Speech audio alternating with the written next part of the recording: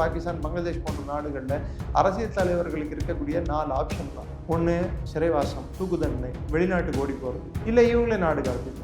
They don't have any option. India வந்து கடல் சார்ந்த வணிக ரீதியில் மாத்திரம் நீங்கள் அணுகாதீங்க, பொருளாதார ரீதியில் மாத்திரம் இதை பார்க்கக்கூடாது.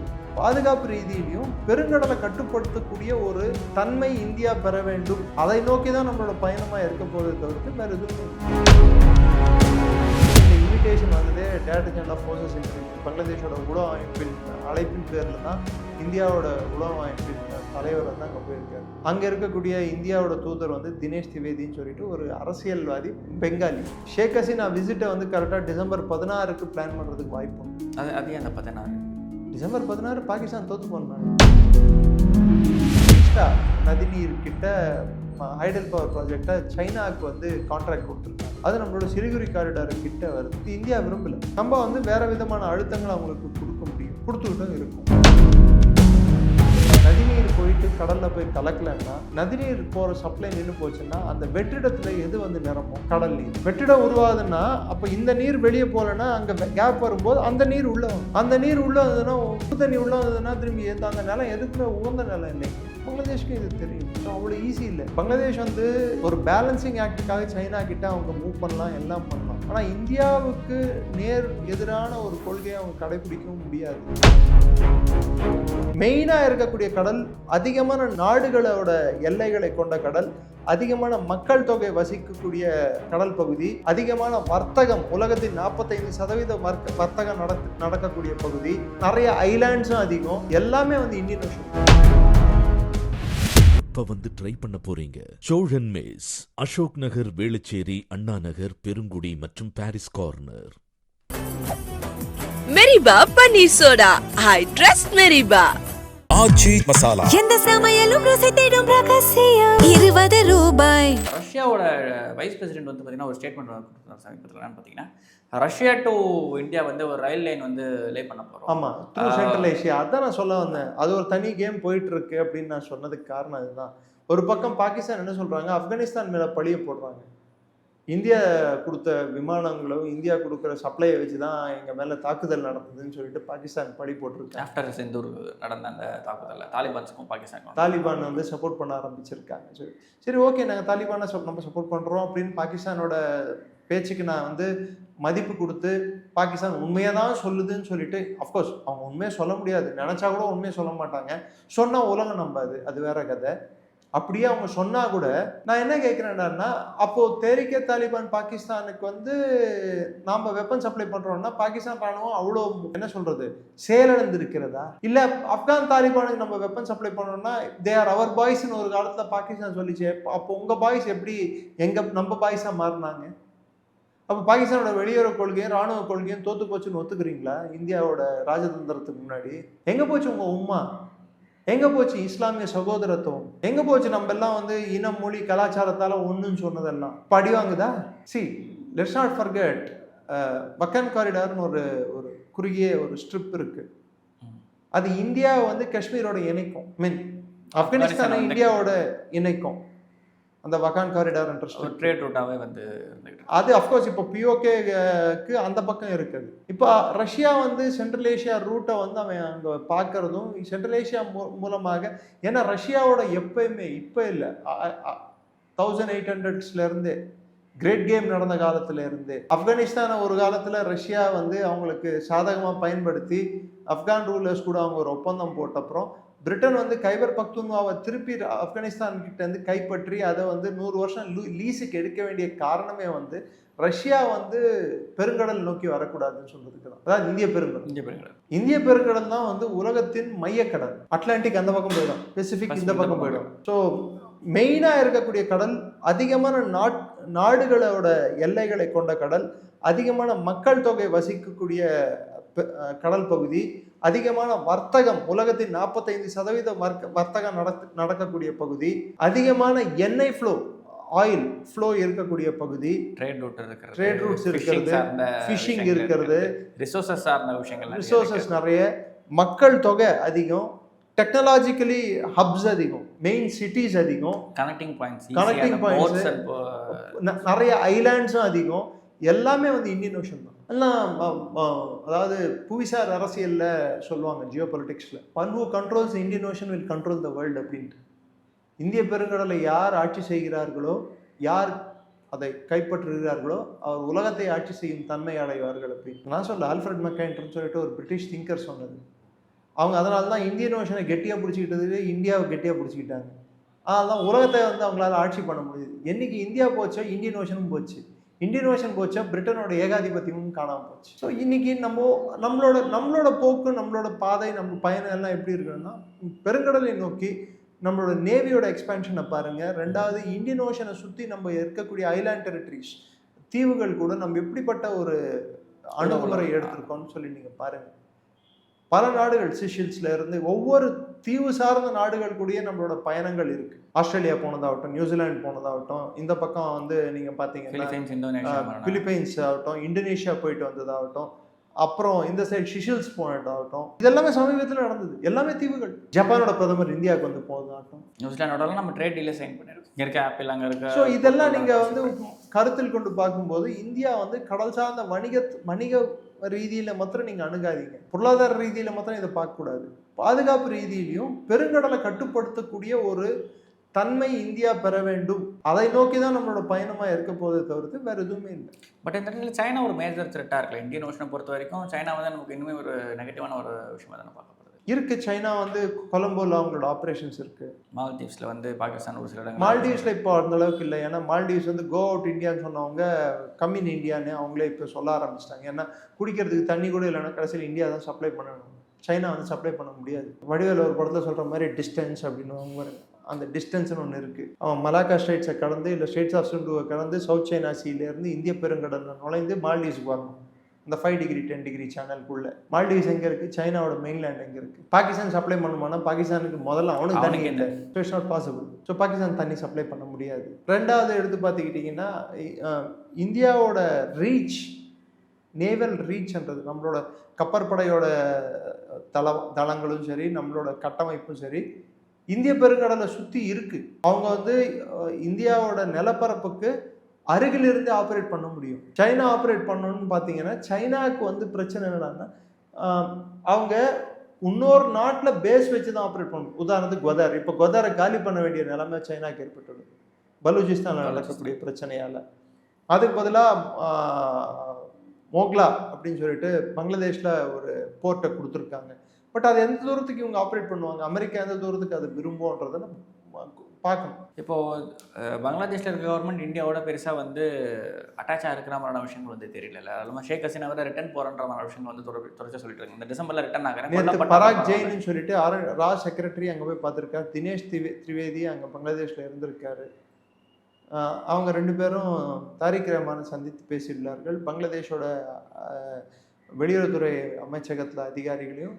இன்ஃபேக்ட் இந்த இன்விடேஷன் வந்ததே director general of forces intelligence, பங்களாதேஷோட உளவு அமைப்பின் அழைப்பின் பேரில் தான் இந்தியாவோட உளவு அமைப்பின் தலைவர் வந்து அங்கே போயிருக்காரு. அங்கே இருக்கக்கூடிய இந்தியாவோட தூதர் வந்து தினேஷ் திவேதின்னு சொல்லிட்டு ஒரு அரசியல்வாதி, பெங்காலி. ஷேக் ஹசீனா விசிட்டை வந்து கரெக்டாக டிசம்பர் 16க்கு பிளான் பண்ணுறதுக்கு வாய்ப்பு உண்டு. அதே அந்த 16 டிசம்பர் 16 பாகிஸ்தான் தோத்து போனாங்க சார், பங்களாதேஷ் லிபரேட் ஆனாங்க. பட் இப்போ ஷேக் ஹசீனா மேலே ஒரு மிகப்பெரிய ஒரு கோபத்தோட தான் இந்த இளைஞர்கள் இருக்காங்க. இந்த கோபம் மாறி இருக்கு. ஆட்சி மாற்றத்துக்கு பிறகு அந்த கோபம் தணிஞ்சிருக்கு. இல்லை அன்னைக்கு இருந்த கோபத்துக்கு 2 வருஷத்துக்கு அப்புறம் இன்னைக்கு பங்களாதேஷோட பொருளாதாரம் சந்தித்திருக்கிற சரிவும் பங்களாதேஷ்குள்ளே இருக்கக்கூடிய பிரச்சனைகளும் பெரிய அளவுக்கு வெடிச்சிருக்கு. மக்களோட பொருளாதாரம் பெரிய அளவுக்கு பாதிக்கப்பட்டுள்ளது. முன்ன மாதிரி இல்லை பங்களாதேஷோட நிலைமை. இன்னைக்கு இன்ஃப்ளேஷன் அதிகமாக இருக்குது. IMF கிட்ட கையேந்தி நிற்க வேண்டிய ஒரு சூழ்நிலைக்கு பங்களாதேஷ் தள்ளப்பட்டுள்ளது. ரெண்டாவது எடுத்து பார்த்தீங்கன்னா அவங்களோட மெயின் இண்டஸ்ட்ரி டெக்ஸ்டைல் இண்டஸ்ட்ரி, அது நெசவு, துணி, ரெடிமேட் கார்மெண்ட்ஸ். கோயம்புத்தூர்ல முக்கால்வாசி விஷயத்தை இப்போ பங்களாதேஷ் வந்து கைப்பற்றிருக்கின்ற ஒரு விஷயம். அஃப்கோர்ஸ் கோயம்புத்தூர்லேயே வந்து பங்களாதேஷிங்களை வச்சு தான் வேலை பார்த்துட்டு 105 பேர் வந்து அரெஸ்ட் பண்ணியிருக்காங்க சமீபத்தில். பங்களாதேஷிங்களை தான் வச்சு வேலை பார்த்துருக்காங்க. இன்னைக்கு நேற்று கர்நாடகாவில் கூட ஆயிரக்கணக்கில் 105 பேர் 2900 பேர்கிட்ட வந்து வெரிஃபை பண்ணதில் வந்து பார்த்தீங்கன்னா 105 பேர் வந்து பங்களாதேஷ்னு சொல்லிட்டு அரெஸ்ட் பண்ணி. இல்லை கர்நாடகாலையும் அரெஸ்ட் பண்ணியிருக்காங்க. இங்கே 105 பேர் அரெஸ்ட் பண்ணியிருக்காங்க. இது தொடரும். வெறும் வெஸ்ட் பெங்காலை விட்டு 60 லட்சம் பேர் ஓடக்கூடிய வாய்ப்பு உண்டுன்னு சொல்கிறாங்க. ஸோ இதெல்லாம் ஒரு பக்கம் இப்படி இருக்க, ஒன்று பங்களாதேஷ் இங்கே இருந்த பங்களாதேஷிஸ் ரிட்டர்ன் செல்லுவது ஒரு பெரிய பிரச்சனையாக பங்களாதேஷ் கவர்மெண்ட் பார்த்தா கூட, இன்னொரு பிரச்சனை வந்து அவங்க டீஸ்டா நதிநீர் கிட்ட ஹைடல் பவர் ப்ராஜெக்டை சைனாவுக்கு வந்து கான்ட்ராக்ட் கொடுத்துருக்காங்க. அது நம்மளோட சிலிகுரி காரிடார் கிட்ட வருது. இந்தியா விரும்பல. நம்ம வந்து வேற விதமான அழுத்தங்களை அவங்களுக்கு கொடுக்க முடியும், கொடுத்துக்கிட்டும் இருக்கும். பங்களாதேஷ் வந்து ஃபர்ஸ்ட் யூஎஸ் பக்கம் கொஞ்ச நாள் டான்ஸ் ஆடினாங்க, இப்போ சைனா பக்கம் டான்ஸ் ஆடுறாங்க. இது வந்து பங்களாதேஷ் ஆகட்டும் இல்லை பாகிஸ்தான் ஆகட்டும் இந்த விளையாட்டை வந்து எப்பயுமே விளையாடிட்டு இருக்காங்க. ஆனால் தாரிக் ரஹ்மானுக்கும் தெரியும் இந்தியாவுக்கு நேர்மறையான எதிர்நிலை ஒரு கொள்கையை அவர் கடைப்பிடிச்சாருன்னா ரொம்ப நாள் வந்து அவரால் பொருளாதார ரீதியிலே இந்தியாவை எதிர்கொள்ள முடியாதுன்னு சொல்லிட்டு ஏற்கனவே இங்கே இருந்தால் நிறைய சப்ளைஸ் நம்ம கொடுத்துட்டு இருக்கோம். சைனாலேருந்து வராது, அரிசி பருப்புலேருந்து அங்கேருந்து வந்து எல்லாமே. இன்னொரு பக்கம் பார்த்தீங்கன்னா பங்களாதேஷ் வந்து நம்ம நதிநீரை நம்ம நிறுத்த ஆரம்பித்தோம்னா இந்த சைடு பங்களாதேஷ் வந்து ஒரு பெரிய டெல்டா, பிரம்மபுத்திராவும் கேஞ்சஸ் அதாவது கங்கையும் பிரம்மபுத்திராவும் கடலில் போய் கடக்கிறது வந்து பங்களாதேஷ் தான் போய் கலக்கும். ஸோ அது ட்ரெயின் ஆகிற இடத்துல அதாவது வெளியே போகும்போது பங்களாதேஷே குட்டி குட்டி தீவுகளை மாற்றும் நாட்டை. ஸோ சப்போஸ் அதாவது சதர்ன் பார்ட் ஆஃப் பங்களாதேஷ், கிழக்கு பங்களாதேஷ் வந்து நம்ம தண்ணியை ஃப்ளோவை நிறுத்தணும்னு ஆரம்பித்தோம்னா, டேம்ஸ் வந்து அதிகப்படுத்தணும், தண்ணி ஃப்ளோவை நிறுத்த ஆரம்பிக்கும் போது என்ன ஆகும், அதாவது சுத்தமான நீர் நதிநீர் போயிட்டு கடலில் போய் கலக்கலைன்னா நதிநீர் போகிற சப்ளை நின்று போச்சுன்னா அந்த வெற்றிடத்தில் எது வந்து நிரம்பும், கடல் நீர். வெற்றிடம் உருவாதுன்னா அப்போ இந்த நீர் வெளியே போகலன்னா அங்கே கேப் வரும்போது அந்த நீர் உள்ளே வரும். அந்த நீர் உள்ளே வந்ததுன்னா உப்பு தண்ணி உள்ளே வந்ததுன்னா திரும்பி அந்த நிலம் எதுக்குமே உகந்த நிலம் இல்லைங்க. பங்களாதேஷ்க்கும் இது தெரியும். ஸோ அவ்வளோ ஈஸி இல்லை. பங்களாதேஷ் வந்து ஒரு பேலன்சிங் ஆக்டுக்காக சைனா கிட்ட அவங்க மூவ் பண்ணலாம், எல்லாம் பண்ணலாம். ஆனால் இந்தியாவுக்கு நேர் எதிரான ஒரு கொள்கையை அவங்க கடைபிடிக்கவும் முடியாது. இதே force director general of forces intelligence தான் சில யூனிஸ் இருந்த காலகட்டத்தில் பாகிஸ்தானை வரவேற்றாங்க, பாகிஸ்தான் ஐஎஸ்ஐ. இப்போ அவங்களே வந்து இந்திய உலகம் இப்போ வந்து அவங்களுக்கு அழைப்பு விடுத்திருக்காங்கன்னா என்ன காரணங்கள் காரியங்கள். ஓகே, ஷேக் ஹசீனா ஒரு காரணமாக இருக்கலாம், தயவுசெய்து நீங்கள் வச்சுக்கோங்க எங்களுக்கு அனுப்பாதீங்க அப்படின்னு சொல்கிற காரணமாக இருக்கலாம். ஏன்னா பங்களாதேஷில் ஷேக் ஹசீனாக்கு இருந்த எதிர்ப்பு வெகுவாக குறைந்துள்ளது. மரண தண்டனைலாம் விதிச்சிருந்தாங்களே sir.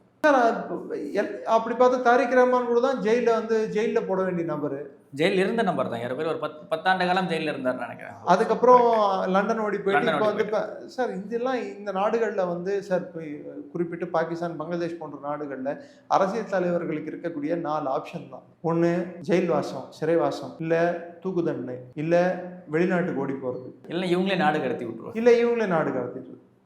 they don't have any option. of course அதை வந்து சரியான கொள்கைன்னு சொல்லிட்டு நான் என்னால் ஏற்றுக்க முடியாது. எதிர்கட்சிகளை யாரால வந்து ஜனநாயகத்தை காப்பாற்ற முடியாதோ, ஜனநாயக படுகொலைகளை எப்படி பண்ணோன்னு நினைக்கிறாங்கன்னா அந்த மாதிரி நாடுகள் தான் இது மாதிரி அணுகுமுறையை கையில் எடுக்கும். எதிரிகளை ஒடுக்கிறதுக்கு வந்து கொன்னுடுறதும் சிறையில் போடுறதும் இல்லை நாடு கடத்துறதும் வந்து வழி இல்லை. இந்தியாவில் ஒரு வாட்டி அந்த அட்டம் நடந்தது 75 77 நடுவில் எதிர்கட்சிகள் எல்லாரையும் உள்ள தூக்கி மக்கள் அதுக்கு என்ன தீர்ப்பு கொடுத்தாங்கன்னு சொல்லிட்டு ஊர் அறியும் நாடு அறியும். அன்றைய பிரதமர் வந்து 50,000 ஓட்டு வித்தியாசத்தில் அவரோட சொந்த கான்ஸ்டிடுவன்சிலே தோத்தாங்க. மக்களுக்கு எதிரான போக்கு யாரெல்லாம் கடைபிடிக்கிறார்களோ, குறிப்பிட்டு இந்தியா போன்ற நாடுகளில், உதாரணத்துக்கு இந்த சிஜேபி ப்ரொட்டஸ்டே எடுத்துக்கோங்க. அன்னைக்கு அவங்க விரும்பினது, பாகிஸ்தான் விரும்பினது, பாகிஸ்தானோட உளவு அமைப்பு விரும்பினது, இது வந்து புல்லாருன்னு சொல்லிட்டு ஒரு அம்ரித்சரோட கமிஷனரோட ஸ்டேட்மெண்ட், குர்மீத் சிங் புல்லார்னு நினைக்கிறேன். அவர் டிரான்ஸ்ஃபர் காரணம் என்னடான்னா அவர் ஒரு ஐஎஸ்ஐ நெட்வொர்க்கை பஸ் பண்ணார். அந்த நெட்வொர்க் என்னடான்னா 4 பசங்க ஜுவனைல்ஸ் 18 வயசு கீழே இருக்கிற பசங்களுக்கு வந்து வெப்பன் ட்ரைனிங் கொடுத்து, வெப்பன் ட்ரைனிங்னா அவங்களுக்கு துப்பாக்கி ட்ரைனிங் கொடுத்துருக்காங்க. அவங்ககிட்ட துப்பாக்கிகளும் பறிமுதல் செய்யப்பட்டுள்ளது, அதாவது கை துப்பாக்கி, பிஸ்டல்ஸ், கேட்ரிஜஸ், அதுக்கான கேட்ரிஜஸ் குண்டுகளும் பறிமுதல் செய்யப்பட்டிருக்கு. அவங்களுக்கு என்ன ட்ரைனிங் கொடுத்துருக்காங்க, இது மாதிரி வயலன்ஸ் கட்டவிழ்க்கப்படும் போது பெட்ரோல் குண்டுகளை தூக்கி அடிங்க அப்படின்னு சொல்லிட்டு பெட்ரோல் குண்டுகளை எப்படி அடிக்கணும்னு சொல்லியும் ட்ரைனிங் கொடுத்துருக்காங்க. சப்போஸ் பார்லிமெண்ட்டை நோக்கி நடைபெற்ற பயணத்தில் பெட்ரோல் குண்டுகள் வந்து பயன்படுத்தியிருந்து ஒரு இராணுவ போலீஸ் அதிகாரிகள் மீது அது அடித்திருந்தாலோ, இல்லை அரசாங்க வாகனங்கள் மீது அதை வந்து அடிச்சிருந்தாலோ, பெரிய அளவுக்கு ஒரு விபத்தோ இல்லை ஒரு உயிர் சேதமோ வன்முறையோ கட்டவிழ்க்கப்பட்டிருந்தாலோ, அது போலீஸ் அதிகாரியின் உயிரிழப்பில் போய் முடிஞ்சிருந்தா 1-2 பேர் கூட, அப்போ போலீஸ் எந்த மாதிரியான நடவடிக்கையில் ஈடுபட்டு ஃபயரிங் தானே. ஸோ இது மாதிரியான அந்நிய சதி வந்து இதுக்கான பிரெயின் வந்து ஐஎஸ்ஐ செயல்பட்டு இருக்கிறதா வெளிப்படையாக தெரியுது. ஐஎஸ்ஐ இதுக்கு பின்னாடி இருந்திருக்கு. அதனால தான் ஐஎஸ்ஐ அன்னைக்கு கிட்டத்தட்ட 400 குரூப்ஸை மானிட்டர் பண்ணதில் கவர்மெண்ட்டுக்கு தெரிஞ்ச விஷயம் எத்தனை உயிர் பலி நடந்திருக்குன்ற கேள்வி திரும்ப திரும்ப திரும்ப திரும்ப எழுப்பப்பட்டுள்ளது இந்த சிஜேபியோட வாட்ஸ்அப் குரூப்பில். அவங்க எதிர்பார்த்தது உயிர் பலிகள். இப்போ அதை அஃப்கோர்ஸ் அரசாங்கம் அதை முதலியே கட்டுப்படுத்தி இருக்கமான்னா கட்டுப்படுத்தி இருக்கணும். அவங்க அதை வந்து சீரியஸாக எடுத்துக்காதது அவர்கள் செய்த தவறு. ஆனால் அன்னைக்கு பாராளுமன்றத்தை நோக்கி நடந்த அந்த அத்துமீறிய செயலானதை அரசாங்கம் அணுகிய விதம் சரியான விதம். போலீஸ்காரர்கள் மண்டைகள் உடைந்தன, 120 போலீஸ்காரர்கள் காயப்பட்டார்கள், 2873 நாசக்காரர்கள் இதில் ஈடுபட்டிருந்தாங்க. இதெல்லாம் உண்மை. பட் அங்கே பல இடங்களில் பாதிக்கப்பட்டது மாணவர்கள் அப்படின்னு சொல்லிட்டு ஒரு மிகப்பெரிய ஒரு கிளைம் வைக்கிறாங்க. யார் மாணவர்கள்? என்ன மாணவர்கள் போராடியது? என்ன போராட்டம்? என்ன மாணவர்கள்? யார் மாணவர்கள்? பாண்டிச்சேரியில் 3 வாட்டி ஃபெயில் ஆன சௌரவதாஸ் மாணவன், லா எக்ஸாமில் 2 வாட்டி ஃபெயில் ஆன சௌரவதாஸ் மாணவன். அபிஜித் திப்கேக்கு யார் பணம் கொடுத்தது பாஸ்டன் போகிறதுக்கு? வெளிப்படையாக வந்து சொல்ல முடியும். இன்னைக்கு ஜார்க்கண்டில் வந்து நேற்று அவ்வளோ வன்முறை கட்டவிழ்க்கப்பட்டுள்ளது மாணவர்கள் மீது. தடியடி நடந்திருக்கு, மண்டையை உடைச்சிருக்காங்க, தண்ணி பீச்சி அடிச்சிருக்காங்க. அதுக்கு முன்னாடி பஞ்சாபில் வந்து அம்ரித்சரில் நடந்த இதில் ஏபிவிபி மீது தண்ணி பீச்சி அடித்தாங்க, தடியடி நடந்தது.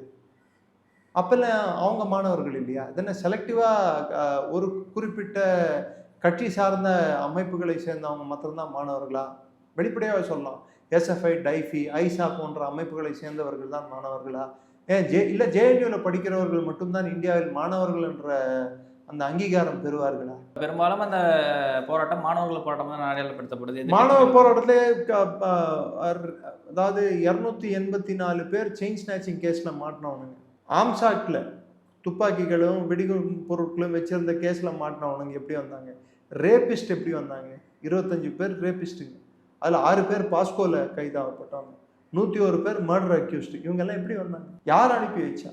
அப்போ சிஜேபி ப்ரொட்டஸ்ட்டுக்கு பர்மிஷன் கேட்டு சிஜேபிக்கு பர்மிஷன் கொடுத்தப்புறம் யார் வரணும், யார் உட்காரணும், அவங்களுக்கு அவங்க வந்து தவறானவர்கள் வந்தால் அதை எப்படி கட்டுப்படுத்தணுன்ற முடிவை வந்து சிஜேபி ஏன் எடுக்காமல் விட்டது? சிஜேபி கவலை இல்லையா? எக்கடா கெட்டு போட்டோன்னு விட்டாங்களா? இல்லை பிரச்சனையை பெருசாக்கணும், இது வன்முறையாக வெடிக்கணும், இதனால இந்தியாவில் கிளர்ச்சி வெடிக்கணும்? சார், அந்த வார்த்தையே என்ன? நேபாளாக இந்தியாவை மாற்றுவோம்ன்ற வார்த்தை எப்படி அவர்கள் வாயில அதுவே காட்டி கொடுத்துருச்சு இல்லை அவங்களுடைய எண்ணத்தை. ஓகே சார், இவ்வளோ நேரம் உங்களோட பொண்ணான தேங்க்யூ. நன்றி, ஜெயஹிந்த். எப்ப வந்து ட்ரை பண்ண போறீங்க? சோழன் மேஸ், அசோக் நகர், வேளச்சேரி, அண்ணா நகர், பெருங்குடி மற்றும் Parry's corner. Meriba panneer soda, I trust Meriba. Aachi masala. எந்த சமையலும் ருசி தேடும் ரகசியம், 20 ரூபாய்.